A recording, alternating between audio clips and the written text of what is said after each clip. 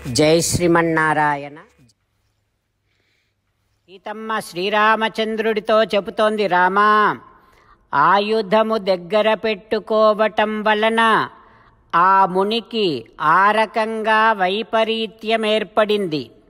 రామా, ఇవన్నీ ఎందుకు చెబుతున్నానంటే, నాకు నీ మీద ఉండేటటువంటి స్నేహాచ్చ బహుమానాచ్చ, ప్రేమతోని గౌరవముతోని ఇవన్నీ చెబుతున్నానే కానీ రామా, ఇవన్నీ నీకు తెలియదని కాదయ్యా, నీకన్నీ తెలుసును. రామా, నీకు రాక్షసులకు ఏ విధమైనటువంటి పగ వైరము లేనే లేదు. అందుకని వాళ్ళను వధించాలనేటటువంటి నిర్ణయం మంచిది కాదు అంటున్నాను.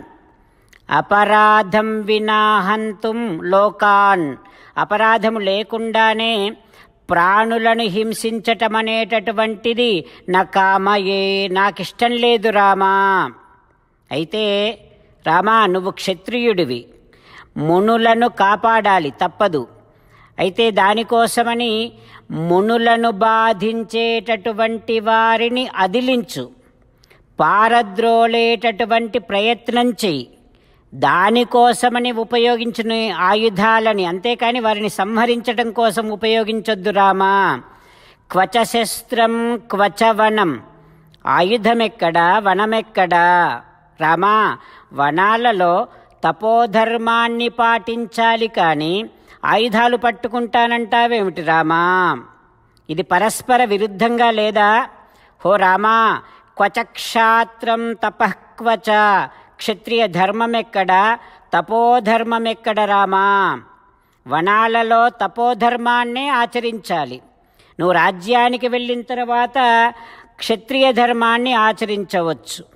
రామా, ఆయుధము చేతిలో ఉంటే కలుషా బుద్ధి, బుద్ధి చెడు మార్గాన్ని అనుసరిస్తుంది. అందుకనే చెబుతున్నాను, ఆయుధాలను వదిలివేయమని. మళ్ళీ అయోధ్యకు వెళ్ళిన తర్వాత క్షత్రధర్మం చరిష్యసి, అప్పుడు ఆయుధాలు పట్టుకో.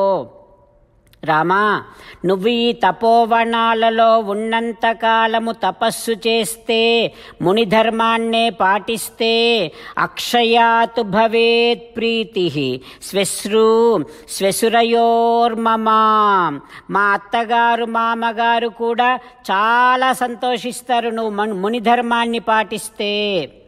హో రామా, ధర్మాత్ అర్ధ ప్రభవతి, ధర్మము వల్లనే ధనము లభిస్తుంది.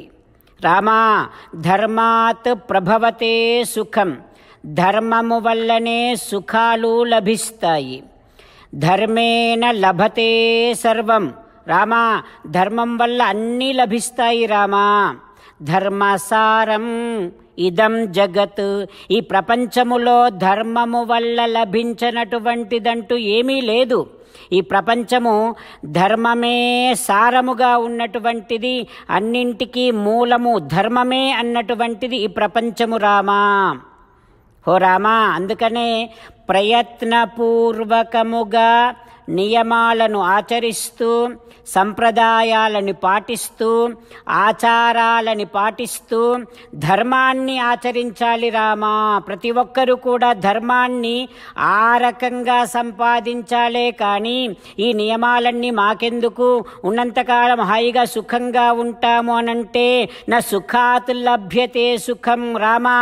సుఖం వల్ల సుఖము ఏనాడు లభించదు అంటూ సీతమ్మ వారు శ్రీరామచంద్రుడికి ఆయుధాలను పరిత్యజించు, రాక్షసులతో వైరము నీకు తగదు, మునిధర్మాన్నే పాటించు అని చెప్పేటటువంటి ప్రయత్నము చేస్తుంది.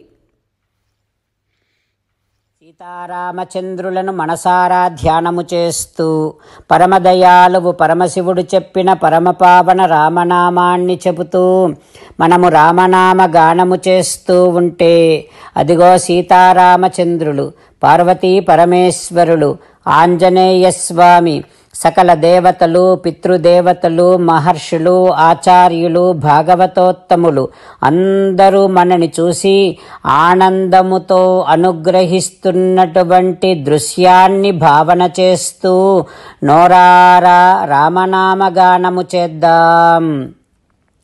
రామ రామ దశరథ రామ, రామ రామ దశరథ రామ, హే హే రాజా రామ, హే హే రాజా రామ, హే హే సీతారామ,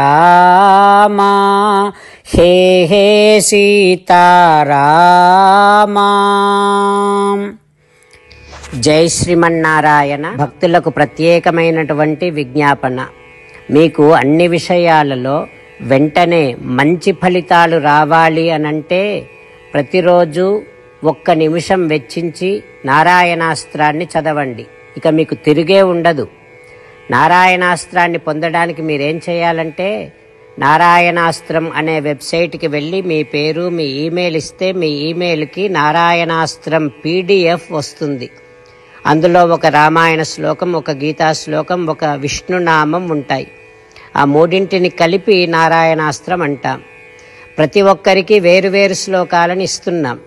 ఆ రకంగా ఎవరి శ్లోకాన్ని వారు ప్రతిరోజు తప్పనిసరిగా చదవటం వలన ప్రతిరోజు ప్రతి 24,000 భక్తులతో ఒకసారి సంపూర్ణ రామాయణ పారాయణ, 33 సార్లు శ్రీమద్ భగవద్గీత పారాయణ, 24 సార్లు శ్రీ విష్ణు సహస్రనామ స్తోత్ర పారాయణ జరుగుతుంది.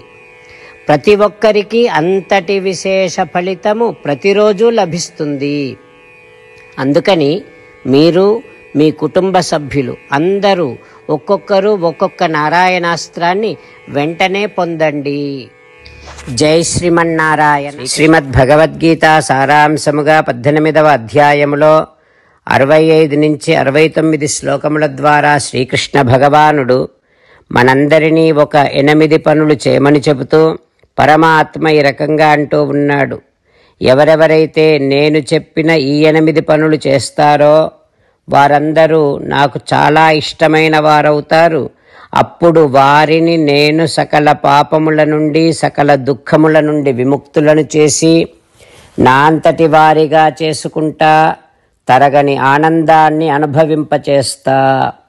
నిజమే చెబుతున్నా, ప్రమాణము చేసి చెబుతున్నా అంటూ సాక్షాత్తుగా దేవదేవుడైన శ్రీమన్నారాయణుడైన శ్రీకృష్ణ భగవానుడే మనను ఈ 8 పనులు చేయమని చెబుతూ ఉన్నాడు కనుక, హో శ్రీమన్నారాయణ, కరిష్యే వచనం తవ, తప్పకుండా చేస్తా, నువ్వు చెప్పినట్టే చేస్తా అంటూ మనం ప్రతిరోజు దేవదేవుడైన శ్రీమన్నారాయణుడికి ఈ రకంగా మాట ఇద్దాం.